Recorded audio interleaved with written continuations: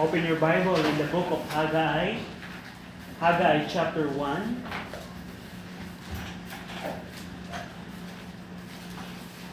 Haggai chapter 1.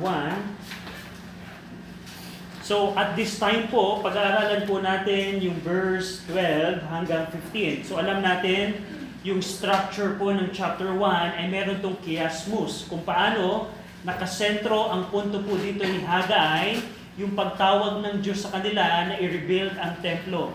At dito makikita natin at this time, ng verse 12 to 15, the Lord already refuted the Jews for their misplaced priorities.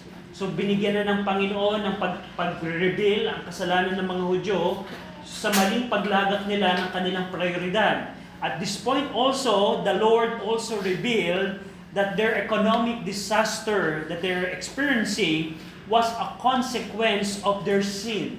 Pinakita ni Haggai, verse 5 to 6, verse 9 to 11, na yung kanilang nararanasan, ito ay resulta ng kanilang misplaced priority. At yung verse 7 to 8, ang Panginoon, tinawag na sila na buuin nila yung templo. Makikita nga natin in verse 8, go up to the mountain and bring wood and build the house, and I will take pleasure in it, and I will be glorified, saith the Lord. Yan po ang tawag ng Panginoon.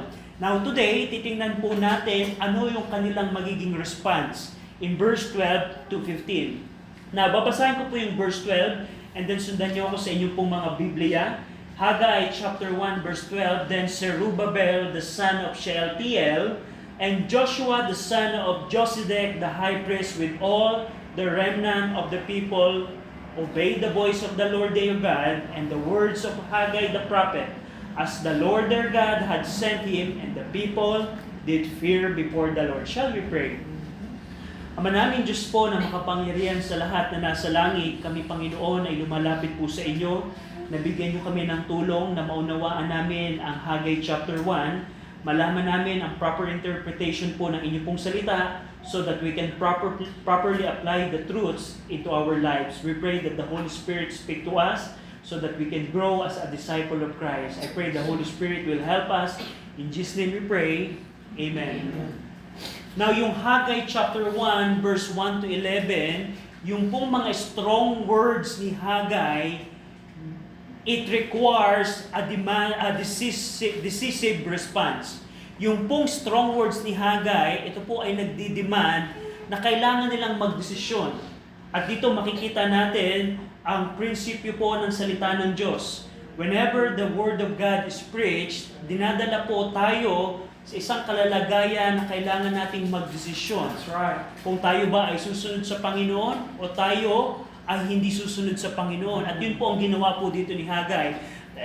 Dito po sa verse 12 to 15, makikita natin, the people will either resist the Lord even more stubbornly or acknowledge their sin and repent before the Lord. It is a crucial decision po.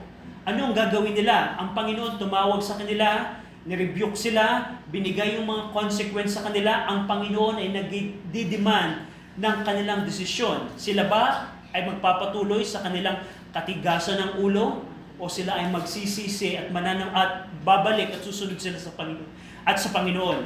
At dito sa section po na ito, yung verse 12 to 15, meron pong 3 movements tayong makikita. 3 actions. Yung una, yung kanilang obedience, verse 12. Verse 13, yung reassurance ng Panginoon. And the third movement is the action. At yun po ang titingnan natin this morning. Verse number 12. Then Zerubbabel the son of Shealtiel and Joshua the son of Josedek the high priest. The same individuals that are mentioned in verse 1 who received the sharp rebuke from the Lord responded. So makikita natin si Zerubbabel at si Joshua. Sila po yung spiritual and political leader ng bansang Israel at this point of time. The same person who received the rebukes of the Lord, the same person ang nag-respond sa tawag ng Panginoon. And I want you to notice the title governor in verse number 12 was omitted. Dun sa verse 1, Haggai identified Zerubbabel as their governor. But ito pong verse number 12, the title governor of Zerubbabel was omitted. Perhaps Zerubbabel at this time is not responding as a governor, but as an individual who needs to repent. So dito, yung title naman ni Joshua, yung kanilang high priest, Joshua's title as high priest is used consistently in the book of Haggai. Iyon po ang makita natin. And in verse number 12, not only their political and spiritual leader responded to the call, but also with all the remnant of the people. With all the remnant of the people. They are called the remnant of the people because yung pong word na remnant, it refers to what is left over after a tragedy or a time of testing. Now, ano po ang naging time of testing or tragedy na naranasan po ng Israel? The Babylonian captivity, yung pong 70 years captivity. At yung remnant po, ay meron pong mga natira after that period of testing. Often po sa Bible, especially sa mga prophets, yung word na remnant is a term for the faithful few within a nation. At dito, Haggai defined the people as the remnant of the people. Na kahit merong judgment na pinaranas ang Panginoon, merong grupo ng mga tao ang natira at nananatiling tapat sa Panginoon. Unlike the Jews who decided to remain in the foreign land. Remember Esther and Mordecai? Ang kalooban ng Panginoon, bumalik sila sa lupang pangako. Bumalik sila sa Jerusalem. Pero anong ginawa ni Esther and Mordecai? They stayed doon sa lupain ng Persia. At yun ay hindi kalooban ng Panginoon. Pero even though na nasa labas sila ng kalooban ng Panginoon, we can see sa buhay ni Esther and Mordecai ang providence ng Panginoon sa kanila. We see that in the book of Esther. So ito pong remnant of the people, these people refers to the approximately 50,000 Jews who returned with Zerubbabel mentioned in Esther chapter 2. Yung first wave po ng pagbalik ng mga Hudyo after their captivity, makikita niyo po yan sa Ezra chapter 2. At yung 50,000 na katao po doon, ito po yung remnant of the people na tinutukoy dito. So, there are the people, itong mga taong ito, these are the people who have not only physically returned to the land, but also those who have returned to the Lord. Yung very act nilang pagbalik nila sa lupang pangako, hindi lamang sila nadoon para bumalik sa Panginoon sa lupa, but also to the Lord. So dito, tatlong grupo ang nag-respond, dalawang individual at grupo ng mga tao ang nag-respond. Yung kanilang political leader na si Zerubbabel, yung kanilang spiritual leader na si Joshua, at lahat ng mga tao, they all responded sa tawag ng Panginoon. At dito, ano ang kanilang ginawa? Verse number 12, obey the voice of the Lord thy God. Zerubbabel, Joshua, and the people obeyed the voice of the Lord their God. Yung pong word na obey in Hebrew, shama in Hebrew, it means to hear or to listen to. Yung pong word na obey, ito pong Hebrew word na shama, it is translated in the King James Bible 785 times as hear. And 196 times as hearken, at only 81 times as obey. So yung pinaka-Hebrew word ng obey na ginamit ni Haggai po dito, ang ibig sabihin po nito is to listen or to hear. But ang point po dito, yung pong pakikinig, hindi mo masasabing you listen to the Word of God unless you obey. That's right. So, sa Bible po, yung word na shama, it is used multiple times. Pero ang pinaka-essence po nito is you're not really listening if you didn't obey the instruction. Right. For example, in Proverbs 1:5, a wise man will hear, that is shama, and will increase learning. A man of understanding shall attain unto wise counsel. Yung pong here dito na tinutukoy, hindi lamang ito, you're going to listen to the instruction, but you're going to obey the instruction as well. Also in Joshua 1:17, sabi ng Panginoon kay Joshua, according as we hearken, that is Shama, unto Moses in all things, so will we hearken unto thee. Only the Lord thy God be with thee, as he was with Moses. Yung word na Shama na ginawang respond ng mga tao, it's not only listening, it's not only hearing sa word ng Panginoon. Pero meron tong idea that after you hear the instruction, after they heard the call to rebuild, they obeyed the instruction. So dito, sabi ni Haggai, Zerubbabel, Joshua, and the people, they listened and they obeyed to the message of the Lord. So, anong makikita po natin dito? One has not truly listened to what God has to say until obedience take place. Hindi mo masasabi, Kristiyano, na nakikinig ka sa salita ng Panginoon unless ma-translate mo ito sa pagsunod. Unless na ma-translate mo ito sa pagsunod. Conversely, one can hardly obey until there is an opportunity to hear the Word of God. Sa kabaligtaran naman po, napakahirap pong sumunod natin kung hindi natin bibigyang atensyon ang instruction ng Panginoon. And that's the reason why maraming palpak na Kristiyano.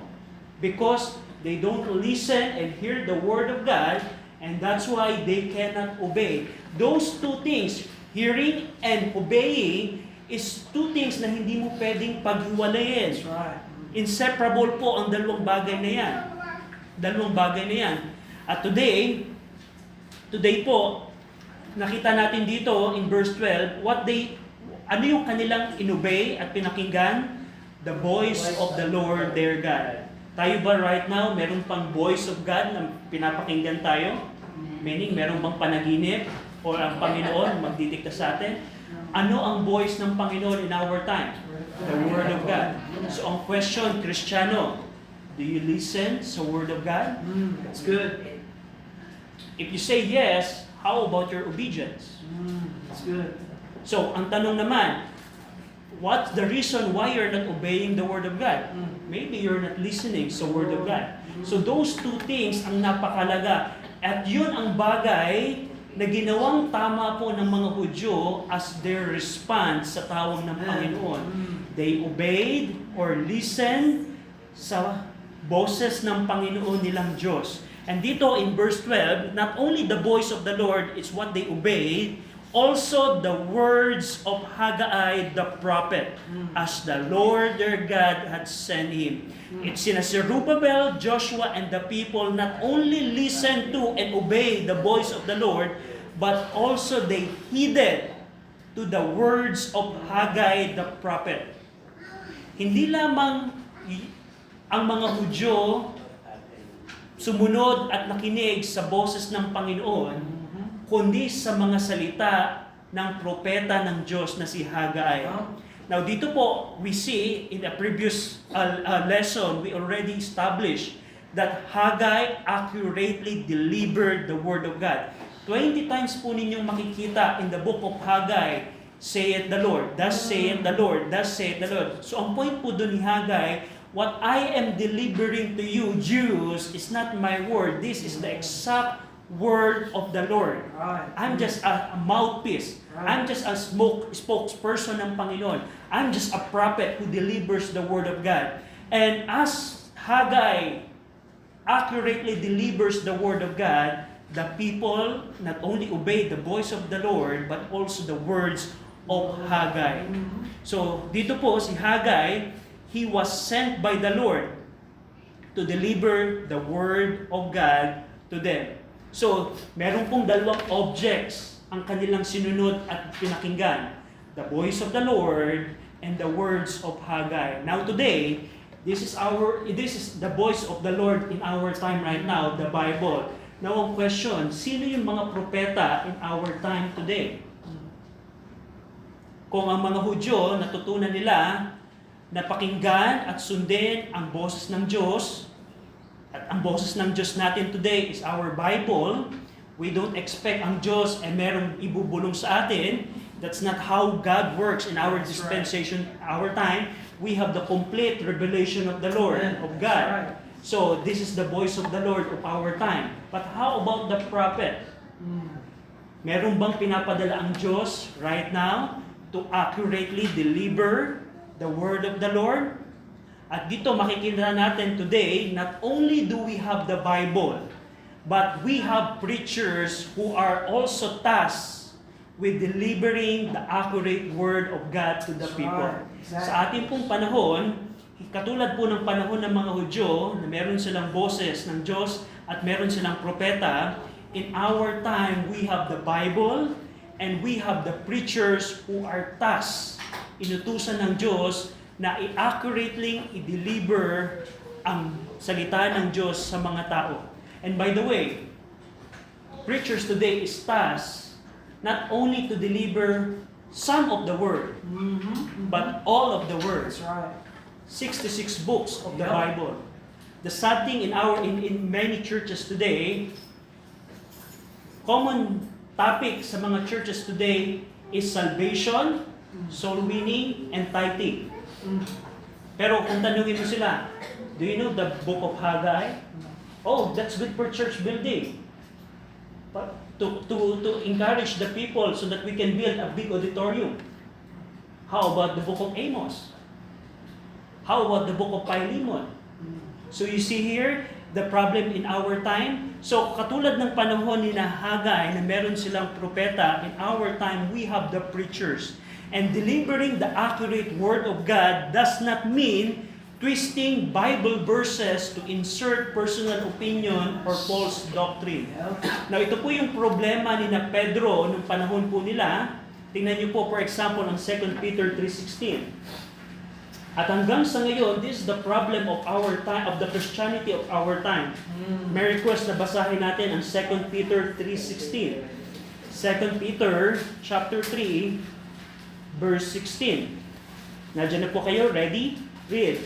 And as also in all his epistles, speaking in them of these things, in which are some things hard to be understood, which they that are unlearned and unstable wrest, as they do also the other scriptures, unto their own destruction. So dito po in verse 16, contextually, ang ibig sabihin po nito, Peter was referring to the epistle or writings of Apostle Paul. And Peter said, some unlearned and unstable rest. Yung word na rest, it means pervert or twist. Nung panahon po ni Pedro, may mga tao na tinitwist ang mga sulat ni Pablo. And we see the evidence there in 2 Thessalonians, how these people made a forgery letter. Some people twist. At sa ating panahon, there are a lot of people or groups that twist the scripture. I can just say yung Iglesia ni Manalo. Yes. How they do that. How they twist the scripture so that they can insert their their doctrine of pagiging isa lamang ang Diyos, na si Jesus Christ ay hindi Diyos. So, you see here na bilang preachers, katulad ni Haggai, we can see the principle there. We need to deliver the accurate word of God, not to twist the word of God, not to put your opinion to the verse, not to put your false doctrine to the verse, but instead, just like Haggai, thus saith the Lord. This is the exact words of the Lord. And can I say this, na delivering the accurate word of God is not an easy task. It requires diligence and right skill. As mentioned in 2 Timothy 2:15, sabi ni Paul kay Timothy, study to show thyself approved unto God, a work naman that needeth not to be ashamed, rightly dividing the word of truth. So, merong pagiging workman. Kailangan mo magtrabaho into the word at kailangan mo ng skill na you can rightly slice the truth, the word of truth.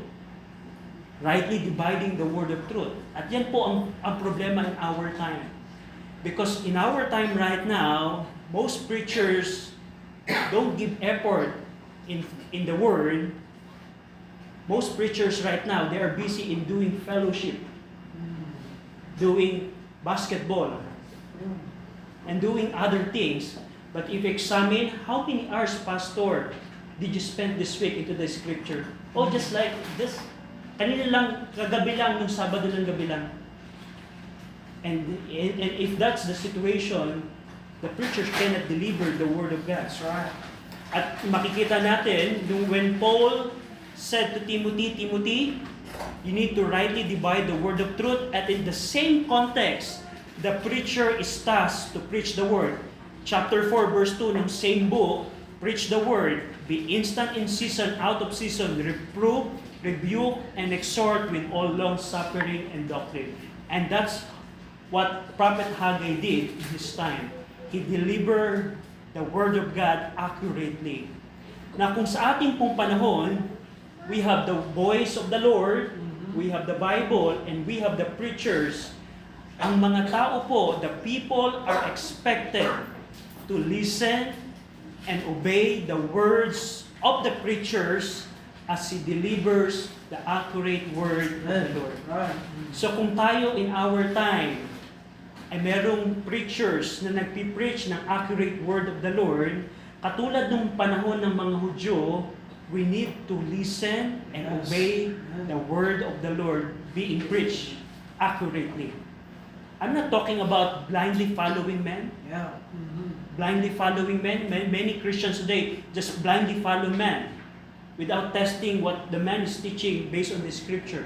But if the preacher is telling the accurate word of God, we can see in the book of Haggai that we have the duty to listen and obey. That's right. Listen and obey. You're not obeying the word of, you're not listening if what you're hearing is not being applied into your action. Amen. So, dalawang bagay po yan.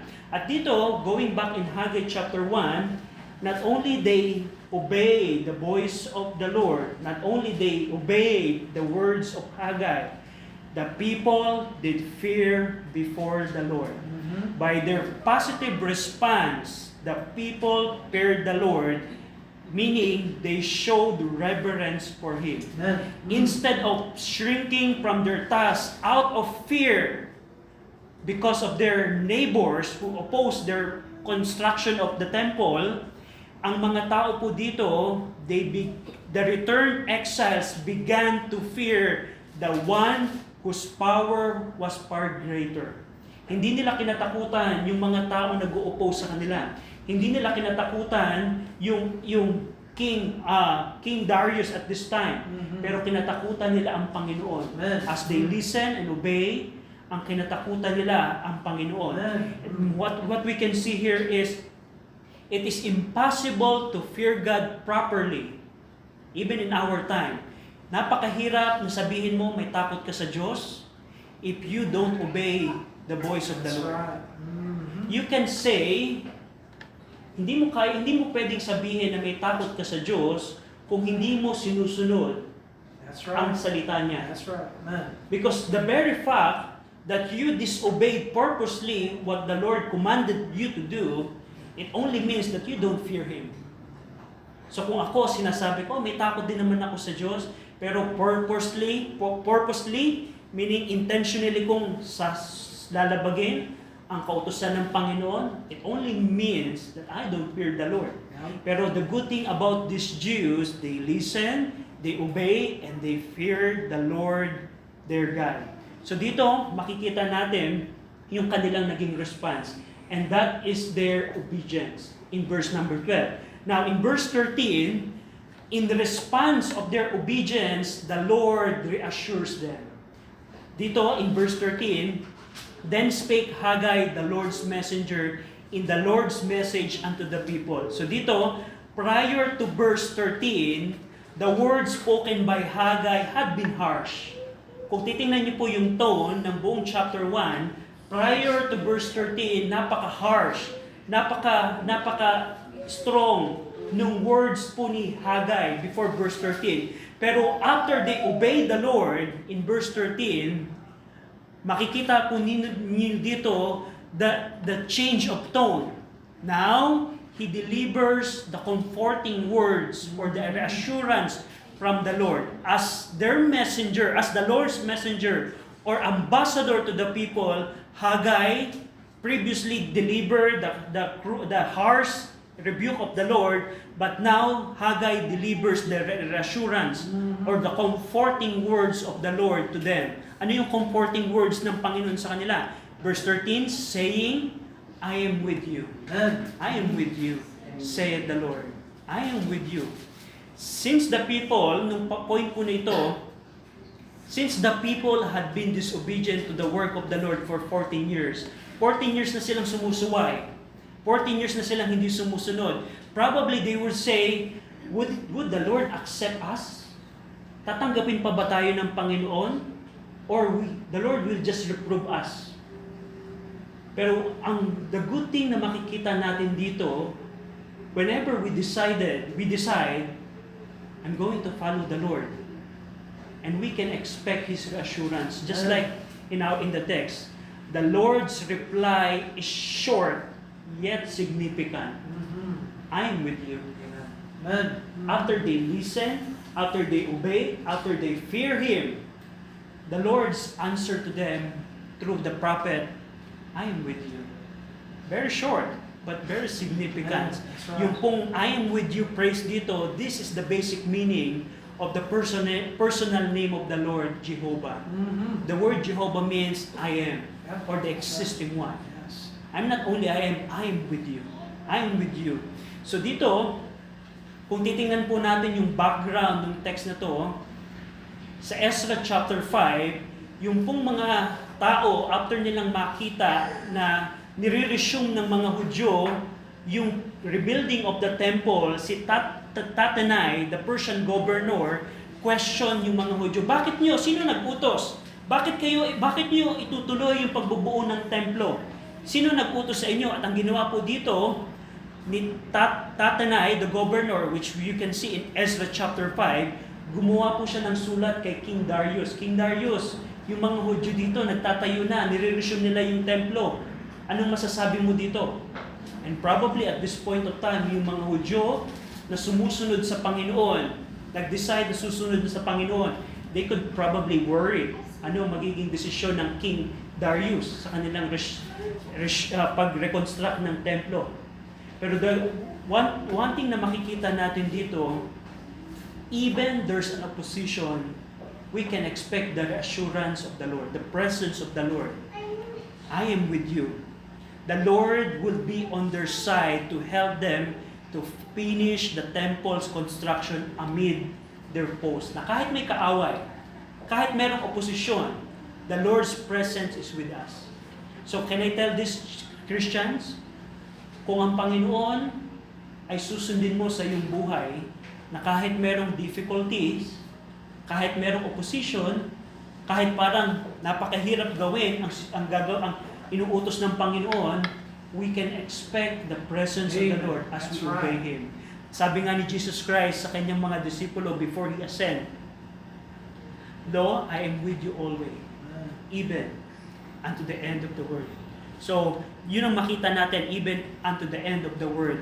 So dito, makikita natin dito, as believers, we can expect God's presence with us as we walk in obedience to Him. Now in verse 14, makikita natin sa verse 14, so verse 12, we see there their obedience. Verse 13, we see there the reassurance of the Lord. And in verse 14, we see the action. So dito po sa verse 14, there are two actions that we can see in verse 14. The divine action and the human action. Una, yung divine action in verse 14, and the Lord stirred up the spirit of Zerubbabel the son of Shealtiel, governor of Judah, and the spirit of Joshua the son of Josedek, the high priest, and the spirit of all the remnant of the people. The evidence that the Lord's presence is with them is seen on how He stirred the people. How they stirred up the people. Paano natin mas nasabi na ang Diyos ay nasa kanila? Because the Lord stirred up the people. The spirit of the people. He stirred up the spirit of Zerubbabel, Joshua, and all the remnant of the people. Yung pong praise na stirred up, it means to awaken. To awaken. May natutulog dyan, at ginising mo siya, it means you stirred up. At yung pong word na stirred up, it conveys the idea of motivating and empowering them to fulfill the task. So, gusto kong pansinin nyo dito, the Lord is just waiting for their obedience. Kung susundan po ninyo yung flow of thoughts ng chapter 1, the Lord rebuked them. The Lord punished them. The Lord destroyed their economy because of their disobedience. And the Lord called them. And after they obeyed and listened, who did the action of building up? Who stirred up the spirit of the people? It's also the Lord. So what we can see here is, kapag may inuutos sa atin ng Panginoon, ang gusto lang ng Panginoon ay yung ating obedience. That's right. And the Lord will help us to fulfill what He commanded to us. That's right. So kung ikaw, Kristiyano, inuutos sa'yo ng Panginoon na maging witness ka sa iyong kaibigan, sa iyong kaklase, ang gusto lang ng Panginoon yung obedience mo. At ang magtatrabaho pa rin, magbibigay sa iyo ng guidance to lead the people, the person to the Lord, is still the Lord. And we can see here in this passage, after they obeyed, we can see here the divine action. It is the Lord who motivated and empowered the people. Now, ano naman ang naging human action? The human action dito in verse 14. And they came and did work in the house of the Lord of hosts, their God. As they benefited from the divine action of the Lord, it resulted in their human action. Dahil ang Diyos ay minotivate sila, in-empower sila, ito ay nagresulta ng kanilang human action. Anong ginawa nila? They came and worked in the house of the Lord. So dito, again, the Lord is identified as the Lord of hosts. Anong ibig sabihin po nito? The Lord of hosts refers to the Almighty God, who is the Lord of heavenly armies. At very interesting, mapapansin niyo po dito, Jehovah is called their God. In the previous verses, the Lord or Jehovah is never identified as their God. Yung praise na their God only started when they started obey the Lord. In verse number 12 and in verse number 14. Ano po yung ibig sabihin nito? We see here na now as they put their obedience into action, Haggai assures them that the Almighty Lord of hosts, the Lord of heavenly armies, is their God. Ang implication po na yun, they can rely on the Lord of hosts. They can ask the Lord for help. As they obey and put the obedience into action, they can rely on Him as they do the work of the Lord. And that's the same thing na implication sa ating panahon. As we fulfill the final mandate to become a witness to everyone, we can expect that Jesus Christ is going to help us. Sabi nga ni Christ, I am with you always, even unto the end of the world. Matthew chapter 28. So, bilang mga Kristiyano, gusto kong makita natin, may mga punto ng ating buhay that the Lord is telling us what to do. Probably it seems difficult, like rebuilding a temple. Lord, rebuilding a temple? Probably hindi man yung ganon ang mensahe sa ng Diyos, pero one thing is sure, every one of us, the Lord has something commanding you. That's right. Maybe for your career, maybe for your education, maybe for your family. And as you dig into the scripture, makikita mo that the Lord has a lot of commandments that we need to listen and obey. But we see in the book of Haggai, if you're just going to decide, I'm going to listen to what the Lord is telling me. I'm going to obey what's the Lord's commanding me. You can expect that the Lord is with you as you fulfill what God commanded to you. Yes, that's right. And one thing is, not only God's presence, ang pwede mong i-expect sa Panginoon, the divine empowerment. The Lord will help you to do that. The Lord will not forsake you to do His will. At yun ang makikita natin sa Scripture. After nilang umobey, the Lord reassures them, and we see the divine action that resulted to their human action.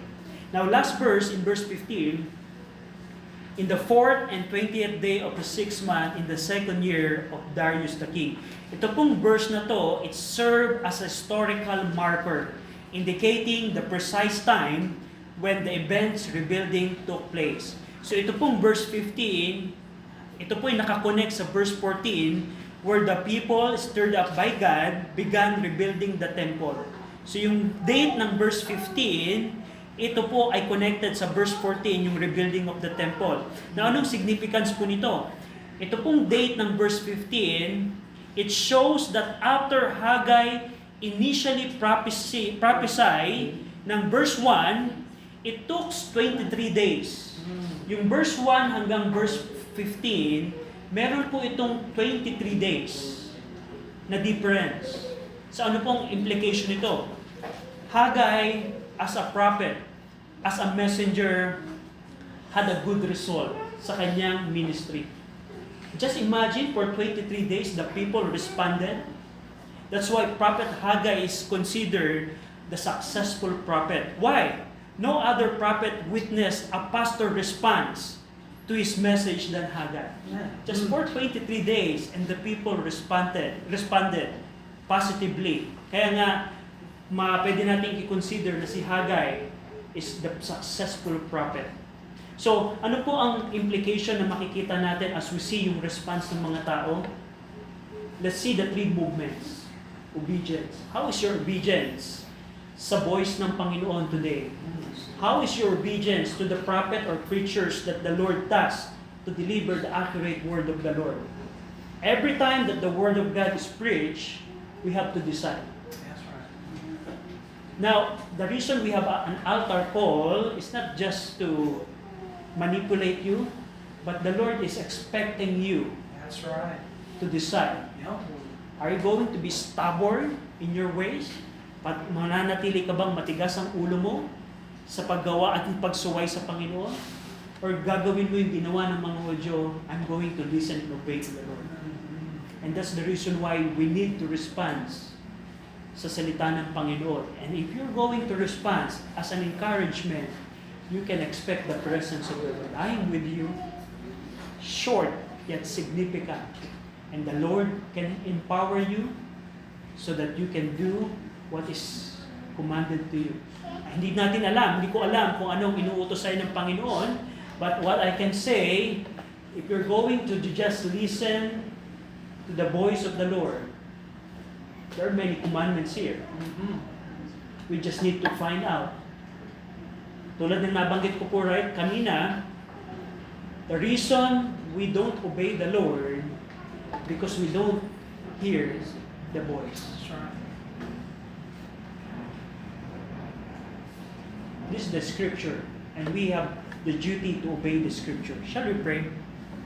Ama naming Diyos na makapangyarihan sa lahat, salamat Panginoon sa Book of Haggai na nagpakita sa aming Panginoon the proper response sa inyo pong pagtawag. Hindi man kami katulad ng mga Hudyo nito na kami ay inutusan po ninyo na mag-rebuild ng temple, pero one thing is sure, meron po kayong mga bagay na inutos po sa amin.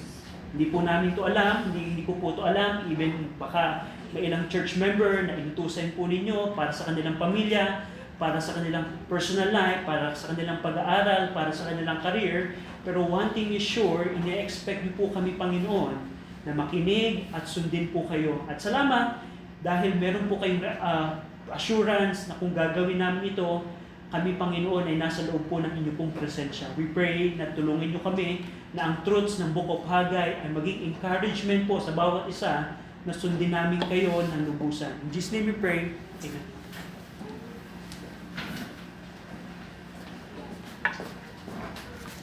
Iko natin ang ating ulo, pigit natin